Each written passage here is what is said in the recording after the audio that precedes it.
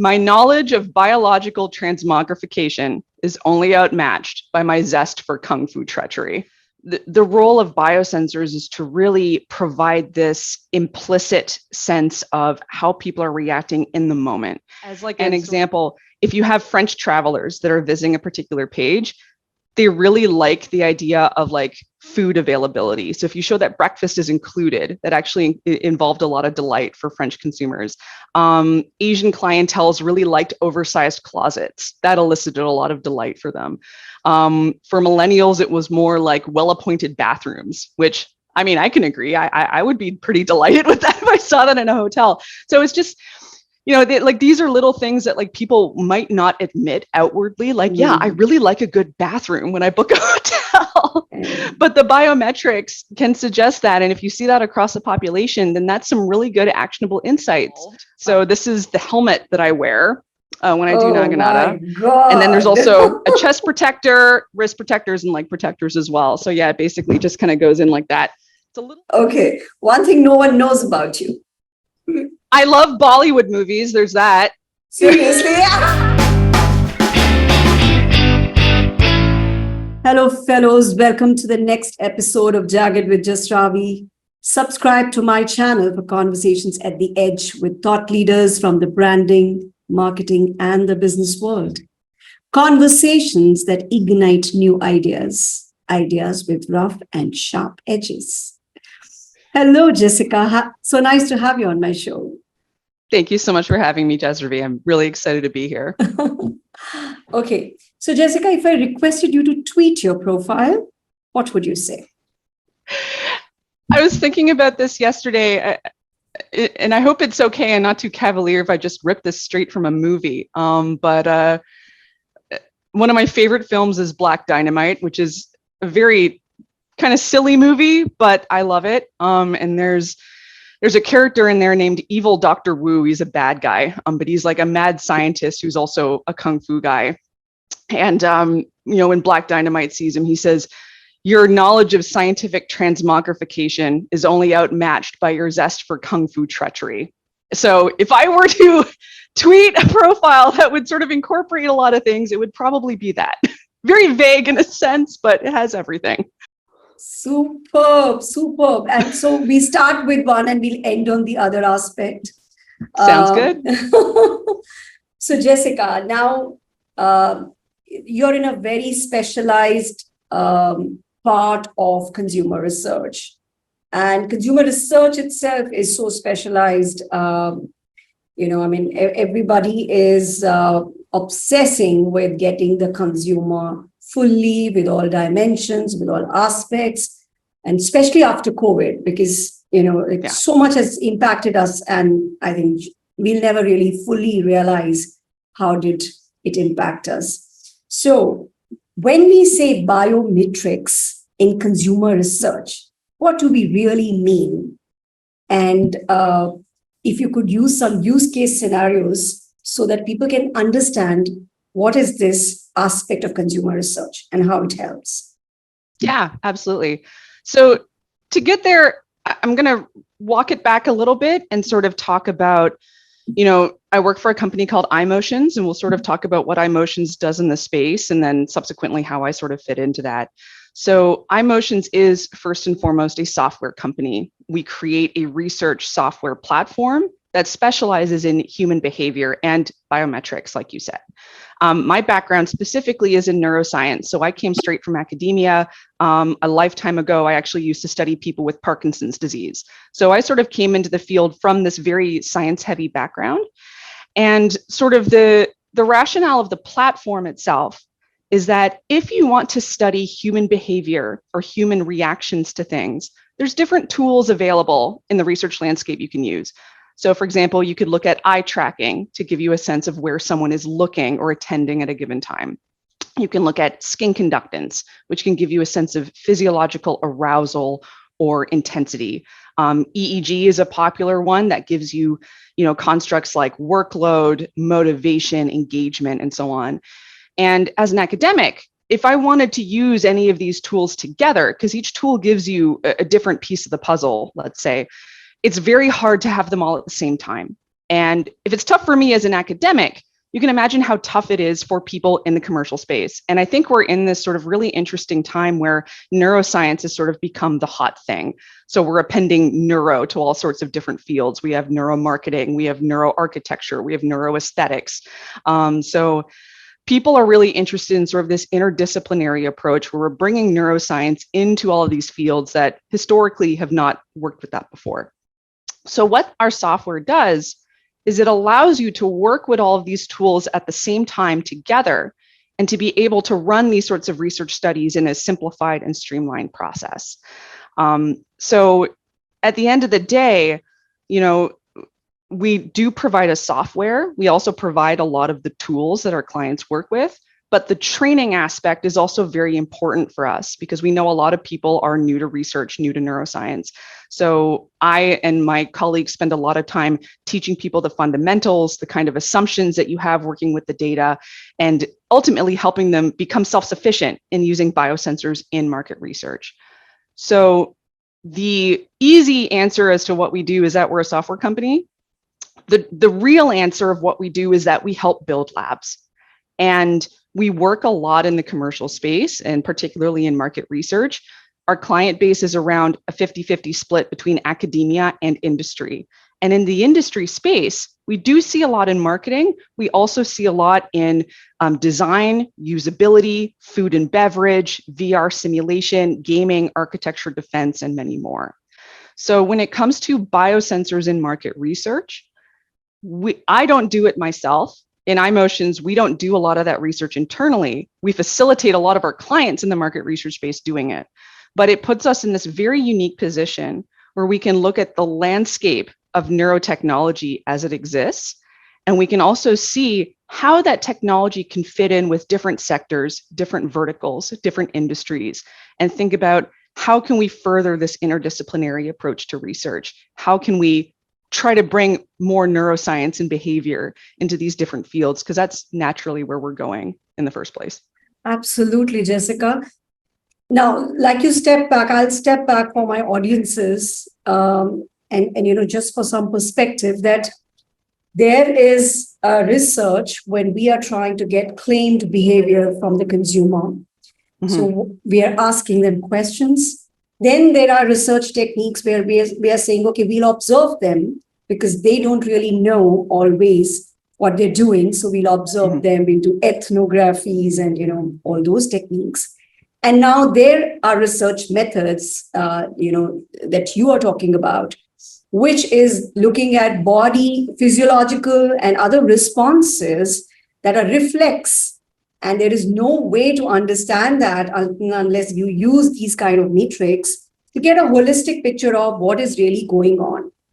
Exactly.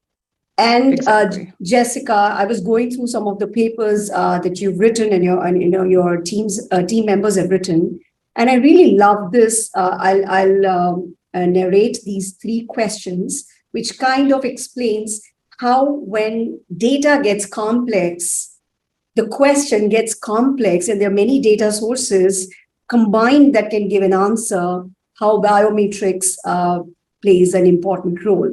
So I hope I'm quoting you right here. So simple question, does someone notice my company's brand in a commercial? Mm-hmm. So eye tracking can help you. Moderately difficult question, how engaging is my commercial to viewers? My engagement is coming. So potential solution, eye tracking, facial expression analysis, and EDA, which is electrodermal activity. Okay. Mm-hmm. And then it becomes more complex. How does my company's brand identity and loyalty play into a viewer's experience when watching my commercial? And the potential solution is eye tracking, facial expression analysis, EDA, EEG, self-report, implicit association test. So that is what is going to give you a holistic answer, and and you'd be able to do a good diagnostic of what action you should be taking. Where is this coming from? So taking this forward, would you like to share any case studies? Because I saw a lot of them, and it was very interesting to see, how powerful this entire research tool is, if I could call it a tool or instrument or science. So if you could share one or two case studies, Jessica. Yeah, yeah, absolutely. So you got it exactly right in that the role of biosensors is to really provide this implicit sense of how people are reacting in the moment. And sort of, if you were to ask people, hey, what did you think of this ad? What did you think of this product? Obviously, self-report has been around for a long time. But whenever we articulate these things, obviously what we say goes through all sorts of these internal filters, right? You have our attitudes and our biases that affect our words. We have our language barriers. We might not even have the lexicon to talk about what we're actually feeling. There's also recall. You might feel something in the moment and then immediately forget it, right? So there's lots of things that are missing from self-report. And the biosensor aspect of it really gets at what physiologically you're doing in the moment in response to something. And that's also not under conscious control. So you remove the effect of that bias, you remove the effect of, having to wrestle with words to articulate what you're feeling, and you're really dealing with what's going on in the moment, as opposed to after the fact when you're asking people about recall and so on. And of course, we're not suggesting that we replace surveys completely.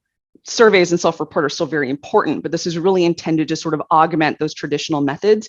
And like you said, provide that holistic view of what a consumer is experiencing in the moment. So one of my favorite case studies for this is with one of our clients, Duracell. So about 7 years ago, the R&D lab at Duracell, they invested in biometrics hardware and software through us. And they sort of had this question that was based off of an assumption. So Duracell has been in the battery business for almost a century, right? And you would think the battery business or industry is pretty concrete. You sort of, what people want, what the product is, right? So the assumption was that when it comes to assessing batteries, that battery life or duration is what people are interested in. Like you have the Energizer bunny, with the little bunny banging the drums forever, right? So how long it lasts is really important. And that when it came to actual performance, consumers don't really perceive many differences in performance of a battery unless it's like really stark. So at Duracell, they actually thought, well, is there any proof behind this assumption? Is it true that consumers don't actually perceive any differences in flashlight performance? So what they did was a series of studies where they had people read content while illuminated by a flashlight. And they had the flashlight illuminated at different voltages. And they wanted to see, while people are reading with these different voltages affecting, of course, the luminance of the flashlight, does that affect their experience and their experience? Does that actually affect their experience as they're reading? And to do that, they looked at eye tracking glasses while people were reading, and not just for the actual reading, but they were actually looking at pupil size as a function of arousal. And then they also looked at EDA, so electrodermal activity is also known as skin conductance, which again gives you that sense of arousal. Now, if people were not able to detect any differences in the performance of the flashlight, then the metrics should be about the same, right? What they found was that physiologically, people are able to perceive differences in flashlight performance depending on the voltage, and that people actually found this a lot more important to them compared to battery life, which is what has been consistently the philosophy between product design there. So they ran multiple studies, and each time confirming people care more about performance, they care more about intensity in the moment and not so much about battery life. And with those results, it actually completely revolutionized Duracell's product development. And they actually started producing a new line of alkaline batteries that focused more on performance in the moment, more so than battery life. And in their internal testing, they found that those high performance batteries actually had higher consumer preference compared to the conventional batteries that were touting battery life throughout, that they were working with previously. So this is a really great example of a very unconventional question that was based off of an assumption within a particular market, challenging that assumption. And they use self-report, but they also use these implicit physiological tools to see what do people actually perceive, even if they don't report it. and then actually using the insights from that to go in a completely different direction with their product line that actually had some success for them down the road. So I love that story personally. I think it's super compelling. Super compelling is the word. I mean, it's like you can start to redefine. And as a leader, if you're asking that question, how can I do better? I mean, just that itself is so wonderful. And then you go the extra mile to get it. And I mean, you set new standards, new benchmarks for the category. It's amazing. Yeah. Yeah. The another example I have is Expedia. So Expedia is also a client of ours, and they actually have a usability lab in Seattle, and they actually have a couple more internationally. And they started incorporating biosensor research into their usability study. So how people interact with the Expedia website, and specifically how they're reacting when they're looking at vacations, so flights, hotel, and so on.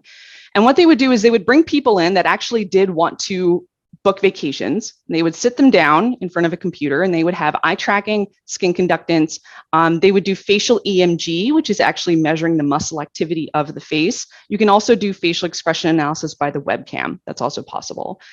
And they basically just observe them as they were booking vacations. And the question that they had was, if we bring in enough people to book their vacations with this equipment on them, can we detect patterns in certain demographics in what features of a particular hotel or vacation spot that would elicit the most delight? And that was one of the measures they had. Delight being quantified by smiling behavior. So are there certain elements that certain demographics prefer when booking vacations? And can we use that knowledge to really put those features front and center for certain vendors if we know the kind of person that's visiting the site at a given time? And it's actually fun. They actually got some really interesting results.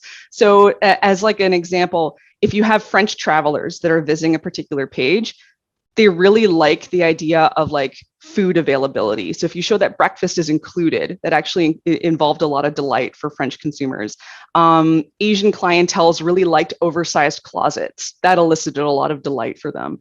For millennials, it was more like well-appointed bathrooms, which I mean, I can agree. I would be pretty delighted with that if I saw that in a hotel. So it's just, like these are little things that like people might not admit outwardly. Like, yeah, I really like a good bathroom when I book a hotel. But the biometrics can suggest that. And if you see that across the population, then that's some really good actionable insights for you to then include in your product design moving forward.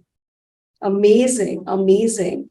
And this is something that, I mean, it's so interesting, like regional differences coming into different preferences. I mean, your entire product design, I mean, this customization and regionalization is so huge, but yeah, there are so many stereotypes and biases there. The full understanding is not there because there is a lot of evolution. There's a lot of cross, pollination of ideas, etc. But what is it that you still prefer that still stays uncorrupted? I mean, to understand that, it's amazing.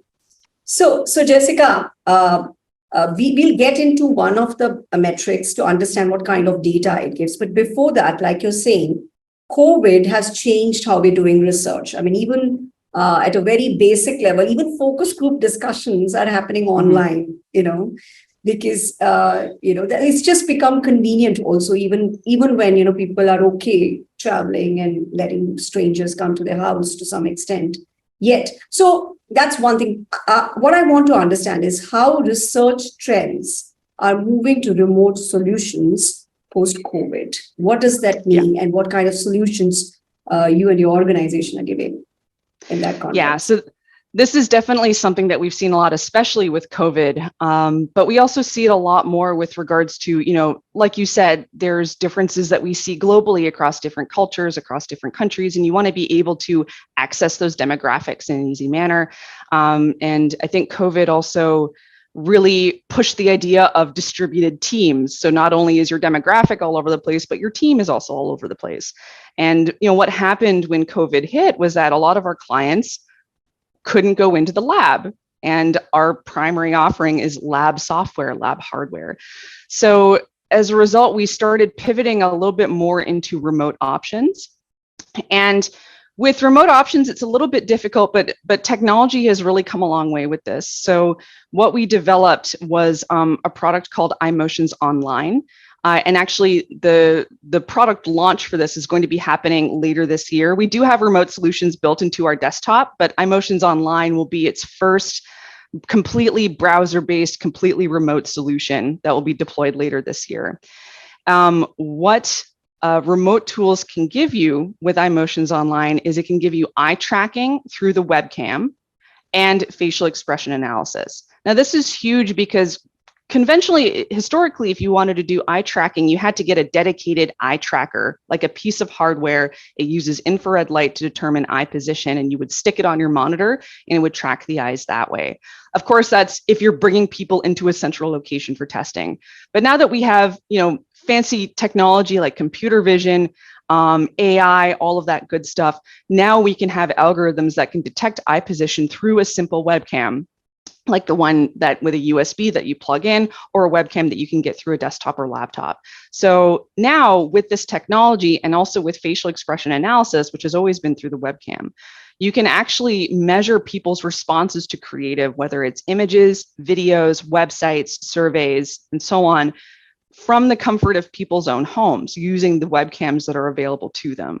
So not only can you record from people without having to bring them into a central location, but it also removes that restriction of geography. You actually can sample from across America. You can sample from different continents. You can really get at those global demographics for certain products that you wouldn't be able to get otherwise. And also with a completely browser-based solution, if your team is also remote, they can also access everything without having to go into the lab.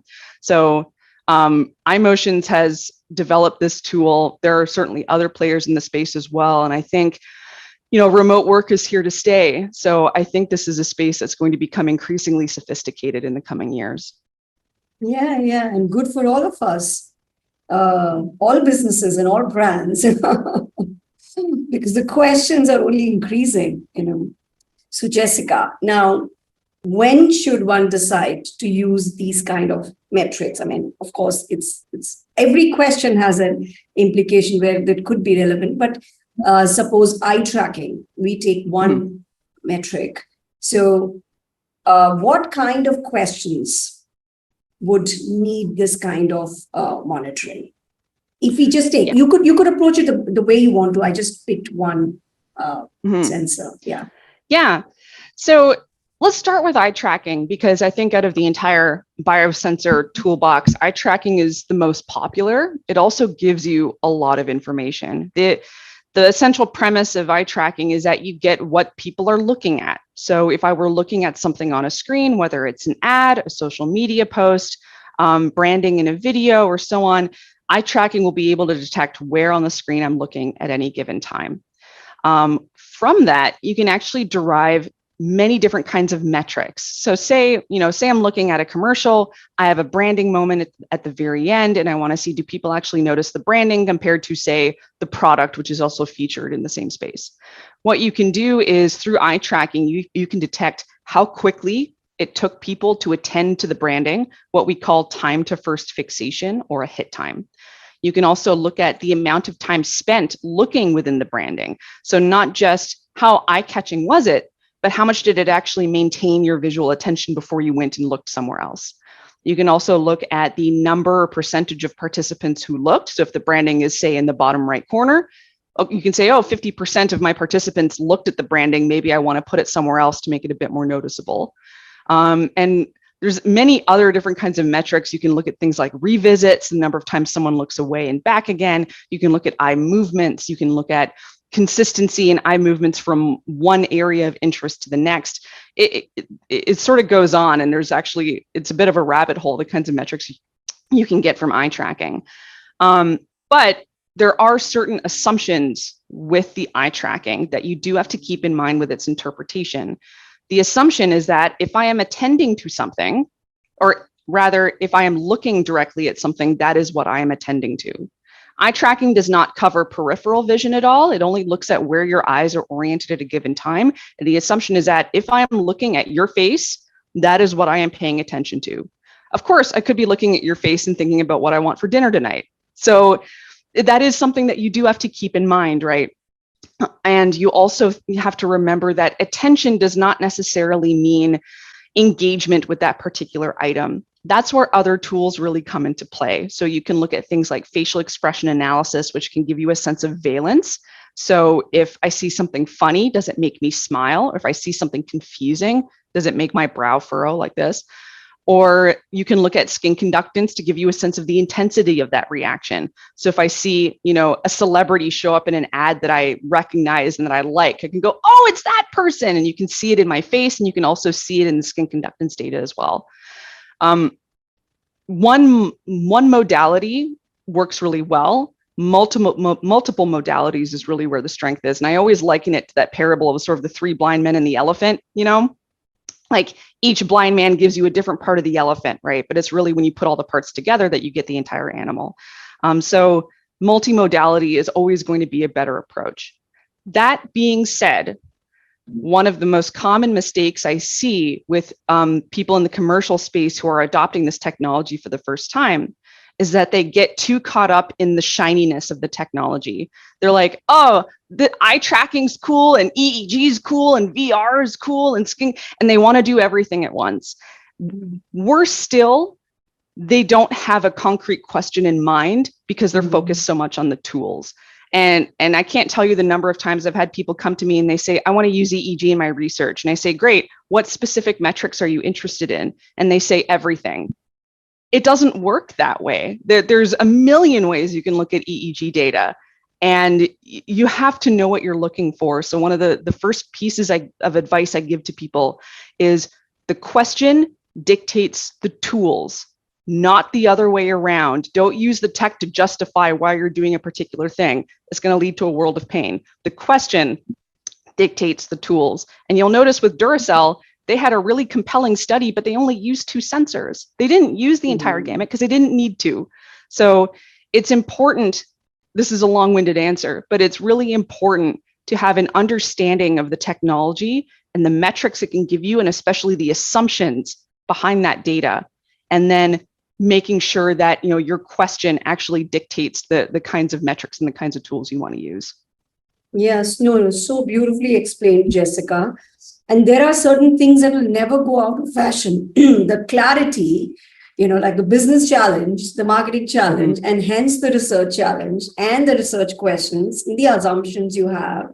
And now what kind of data is going to help me get the answers, and how am I going to apply this? What is my applicability of this study? So that will never go out of the fashion. Do that, and then figure out what sensors and what tools will really help you. And, this whole understanding of emotion, like you were talking about the facial, assessment, is so powerful because, Jessica, tell me what you feel about this, because more and more we are realizing that this whole behavioral science coming into the picture, the evolutionary sciences coming into the picture, that we hardly take a decision which is just rational. I mean, emotion is leading to a thought, perhaps, and then an action. So getting to understand emotions is so powerful in the moment, like you said. It's so powerful. It really is. And I think it's a very exciting time in the field right now because, I sort of joined this in like 2017-ish, right? And the field is evolving very rapidly for a couple of reasons. First off, the operational definitions, I feel, are not entirely set. So, if I were to ask you, okay, what does engagement mean to you? I'm firing questions at you now, but what does engagement mean to you?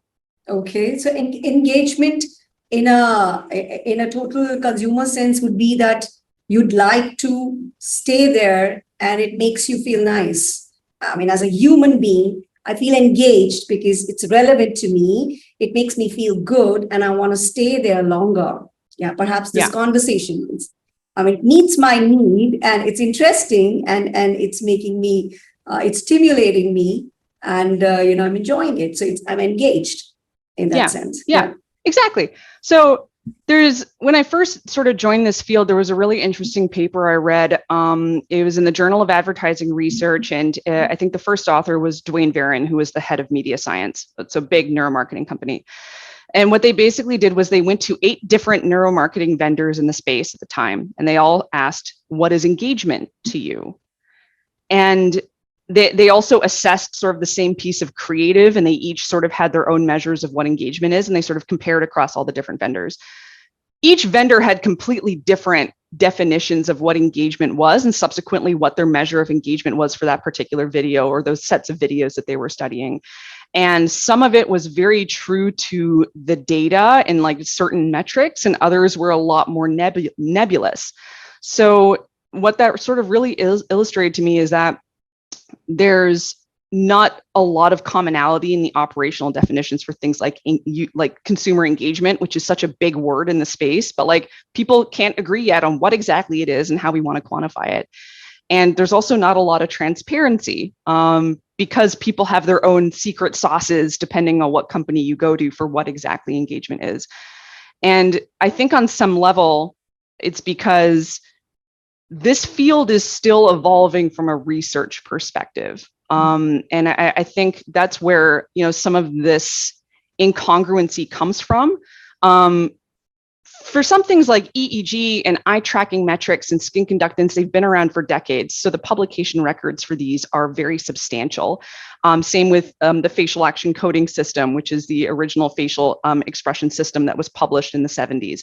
So a lot of this has like strong scientific backing. But a lot of these sort of nuances like emotion theory and so on, they're scientists are still talking about this stuff. It's not Newtonian physics where it's like, here's your textbook, it's all been figured out. People are still debating this. So I think, for people wanting to break into the space and to try and get at this emotional component, it's not going to be one of those things where you push a button and you get an answer, here's your engagement and you're good to go. There's going to be a lot of reading that you're going to have to do. There's going to be a lot of learning at the beginning, and it's going to be a continuous process. There's going to be new developments coming in all the time, new ways of looking at things that haven't been done before, and new theories and new perspectives. And it's not one of those things where you check off a box and boom, you do neuromarketing. It's going to be a journey, and there's going to be new stuff all the time. Yeah. And Jessica, is this right that the benchmarks will vary for the kind of content? Like I was just thinking that for a podcast it will be different. For Coffee with Karan, that's a show that's very famous here in our country, India. It's like slightly gossipy about the celebrities, and like a very famous director conducts it. So it will be different. And if it's a movie, it's different. If it's a religious show, it's different, isn't it? So you'll have to define what it's going to be first and then measure it in terms of are we reaching that, perhaps adjust it as you go along. It's heavily context dependent, and I think you can collect all of the data, but the interpretation is really where the magic happens, and you need a human lens really to interpret it. I think I just lost my train of thought. The context. Context is really everything, because if you are to take, say, facial expressions or skin conductance, for example, facial expressions, for example, evolved as a social signal. So it works really well if, say, I'm talking to you right now and I'm emoting a lot because I want to convey certain information. It also works really well for video stimuli, particularly commercials or movies, because those are explicitly designed to elicit a reaction, and they're dynamic stimuli. There's a lot going on there. If you're looking at still images, or if you're looking at websites, a lot of the time you don't see much going on. And it's not that you're not feeling anything internally, but it's just the nature of the stimulus and the context means that you're not going to get that strong of a signal. Like, how often have you really smiled when you were checking your email or surfing Amazon, right? Unless there's like cat memes somewhere in there. So it goes back to assumptions and to think about the context of what it is that you're looking at. It's the same also with cultural and social constructs as well, and how that might affect things. Because, if you look at facial expression theory, there's 7 core emotions out there.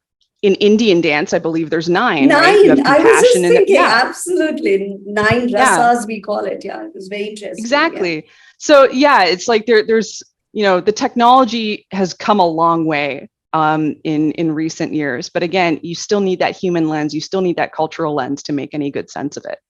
Yeah, absolutely. So, Jessica, quickly, any emerging trend that you're excited about? If you quickly want to tell, and Yeah. why? And why? Yeah. Yeah. So the online stuff I think is really interesting. There's also a field sort of where people are taking biosensor inputs and other data, and they're trying to use it to predict a certain outcome. You see it a lot in market research where you're saying, if you were to take a movie trailer, for example, do people reactions to the trailer accurately predict, say, box office revenue in the first weekend, for example? And it's sort of this, again, appending neuro to a field. There's something called Neuro-Forecasting now, which is sort of the study of, is group level interest, can it be predicted from neural correlates, for example? There's a really great paper from another client of ours. And this was an academic commercial collaboration, which I love and I would love to see more of. But it was by Unravel Research, and they teamed up with Utrecht University in the Netherlands. They looked at EEG while people were listening to songs.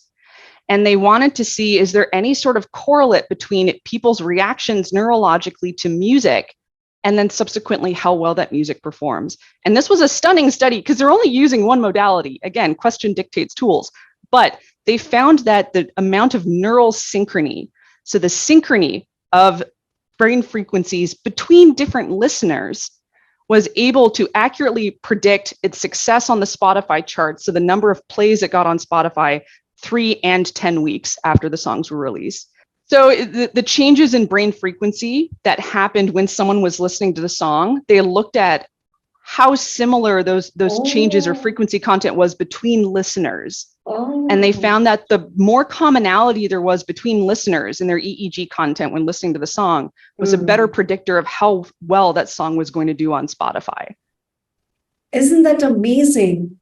And they've done it with movies too, of like how well a movie will perform depending on the synchrony of people in their EEG content watching it. It's stunning. It's a really interesting field. Yeah, like they say that every music composition is a clear archetype. Like the clearer an archetype it is, the clearer an emotion it evokes. And then, it's a synchronicity is going to be there because that is the land it comes from, Yeah. Isn't that amazing? Okay. Yeah. It's fascinating. And I'm really excited to see where that's going to go in the next few years. So martial arts. Why don't you tell us what you're doing right now? I've been a martial artist for over half my life in a bunch of different arts. One thing I'm sort of working on right now is something called the Naginata. And I know you and I bonded over our love of Japan before the show, but before grad school, I worked in Japan for about 14 months. And the Naginata is defined as a pole arm. So it's a big stick with what would be a blade on the end. It's very similar to kendo, which is sort of the sword art that the samurai do. But it's also really interesting because historically, samurai first used the Naginata, but then it sort of passed on to women because it gave women a reach advantage, being a very long weapon, over a stronger opponent that might get in their space. So it historically has a woman's weapon sort of reputation. And a lot of the grandmasters that sort of proliferate the art, they're also women. So I have it with me. I don't know if I can show it in the camera, but I certainly can't wield it in the room. But this is a Naginata. This is for training. So it's a big oak stick here. And then here's sort of that bamboo blade on the end here. So typically if I were to stand, I would sort of hold it in front of me like this. And with it, you can aim for, there's certain targets. There's the head, torso, wrists, legs. And with the way Naginata is now, there's very there's sort of a sport version nowadays. And they involve sort of patterns like kata that you do in pairs. And there's also the sparring component. So very similar to kendo. For those who've seen kendo sparring, there is also armor involved. So this is the helmet that I wear when I do Naginata. And then there's also a chest protector, wrist protectors, and leg protectors as well. So yeah, it basically just kind of goes in like that. It's a little unwieldy at first, but it definitely looks cool. And yeah, it's just, I'm in sort of a unique place right now because I'm actually about to start a club in Columbus because there's no Naginata representation here, and I'm part of the Greater New York Federation. So if you're interested, Instagram Columbus Naginata, and you can look me up there. Superb, superb.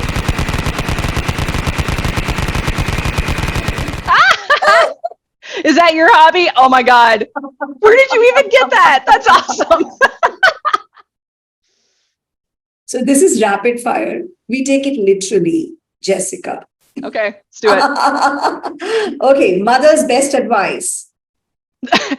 When you want to peel garlic, you put the clove down and you smash the knife on top of it to get the peel off without futzing around with it. She was a great cook. She is a great cook. I learned everything from her. Superb. Okay, that was profound, by the way. Okay, alternate profession could have been? Martial arts teacher, I guess. I'm just pulling it out. I don't know if I'd be good, but I'm just pulling it out. Yeah, please. What would you do on Mars for fun? Golf, probably, because the gravity would be so much less. So it would just pew. Okay. As for your best friend, your most often used phrase? You big dummy. Which is what my partner and I do. We call each other big dummies all the time because we always do dumb things. Okay. YBD for short. Okay. One thing no one knows about you. I love Bollywood movies. There's that. Seriously? there was a time. Tell me one. Okay. During college, I would have Bollywood Thursdays. It would just be a party of me, and I would sit at home with a bottle of wine and watch a Bollywood movie. I did watch RRR recently and loved it. Oh, lovely. That's definitely a revelation. Okay. A book you What's something new happening in life right now? I have a pet bird. For 10 years, I thought he was a boy until she laid an egg like 2 months ago. So now we're trying to get used to changing our pronouns and calling her a she.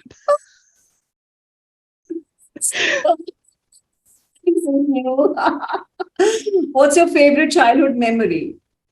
Eating Chinese food with my family. How would you like strangers to remember you?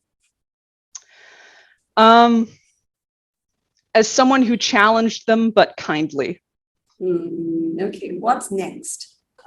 Learning to garden, I guess. We're going to move into a bigger place, and like finally I can have a vegetable patch that I want to try. So that's going to be front of mind.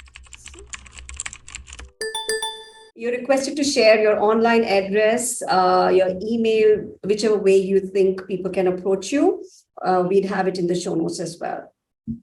Yeah, absolutely. I mean, if you want to learn more about iMotions, we're at iMotions.com. I'm in a bunch of their webinars. There's also a really great blog. If you want to find me on LinkedIn, it's /Jessica Wilson Ph.D. I also have a personal website that I don't put anything on, but it's jessicawilsonphd.com. If you're interested in the iMotions online product, that browser-based solution for webcam eye tracking and facial expressions, send me a note. We're in our beta phase right now, and we'll release at the end of the year.